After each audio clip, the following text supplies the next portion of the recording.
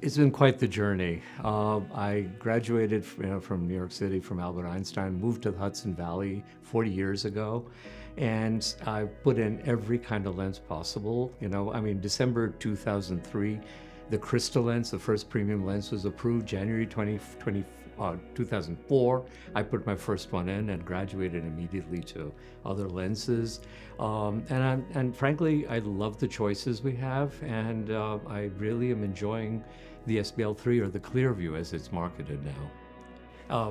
Just to give you an idea, I'm 100% femto-based. All my surgeries are femto-based. And about 78% of my implants that I put in are premium lenses. It is a new hydrophilic material. It's very clear. It has no inclusions. It has the same contrast sensitivity profile as a monofocal. It has less contrast sensitivity loss compared to a multifocal, like a Synergy or a PanOptix. And frankly, patients don't even notice the quote-unquote angel wings that you folks speak about. They just don't notice it. And because of the lack of loss of contrast sensitivity, they really seem to be able to read very easily and fluently without having to resort to using very bright light. So all of these are advantages. And especially somebody who's anxious, and we talk about the side effects of every implant that we put in, and the minute some of them hear about rings and halos and needing bright lights and all, they immediately say, oh, I'm not sure I want that in my eye. And this is the direct, easy segue into the ClearView. Let's all agree that the thing that's most valuable is our time. And the more time we spend on one given patient, the less we're spending on other patients. Multifocal implants, depending on the personality of the patient, require a huge amount of chair time postoperatively. We don't have that with the ClearView, and that, I think, is a huge plus. It's nice that there is a hole in the advancing right-handed side of the lens, so you know that it's oriented correctly as it goes into the eye. Difference, you do need a 2.7, 2.8 millimeter incision to get it in safely without cracking it, but it goes in very nicely, and it's easy to walk it into the correct position once it's in the eye.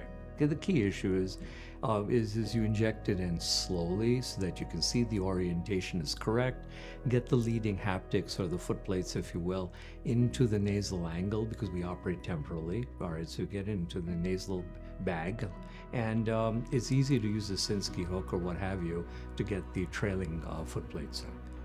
It's not a big deal.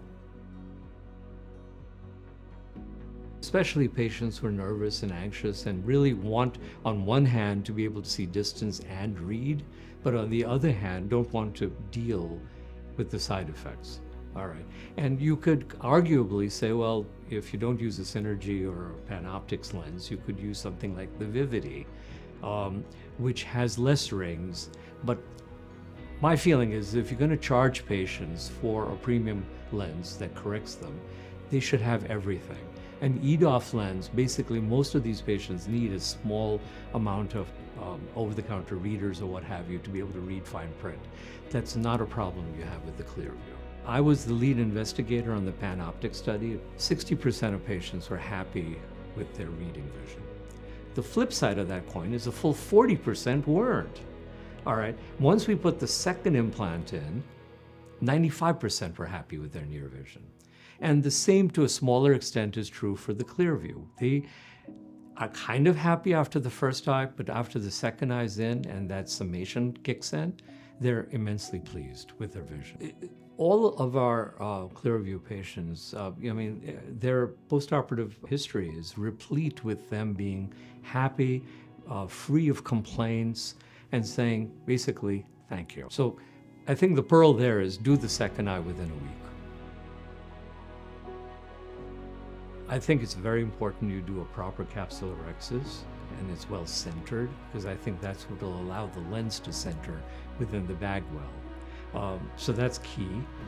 Make sure you increase the size of the incision so you don't dink the lens somehow in trying to push it in. Don't rotate the lens, walk it, by which I mean use the Sinskey at the footplate optic junction and push down a little bit and centrally so that you can move the plates away from the bag, from the capsular bag, and then walk it 1 clock hour at a time. And that's the way to really rotate this lens. I think everyone will have some of the hesitancy that I did when I first began. And I would invite them to say, listen to their peers, listen to people who've done. For instance, before I started implanting the lens, I called a physician, ophthalmologist in the UK who had a decade's worth of experience with this lens. And he reassured me that there wasn't any issue and invited me over to see his patients if I wanted to. But get information from your peers who've been using it. I think that'll allay some of the fears, but it's a wonderful lens and it's easy to put in and easy to handle. And they'll have happy patients. I was just in Vienna at the ESCRS meeting, and what's nice is to be able to see what's available outside the USA because there's a lot available. And accommodative lenses are nowhere near fruition at this point. They just aren't. It's a holy grail, but it's not happening yet.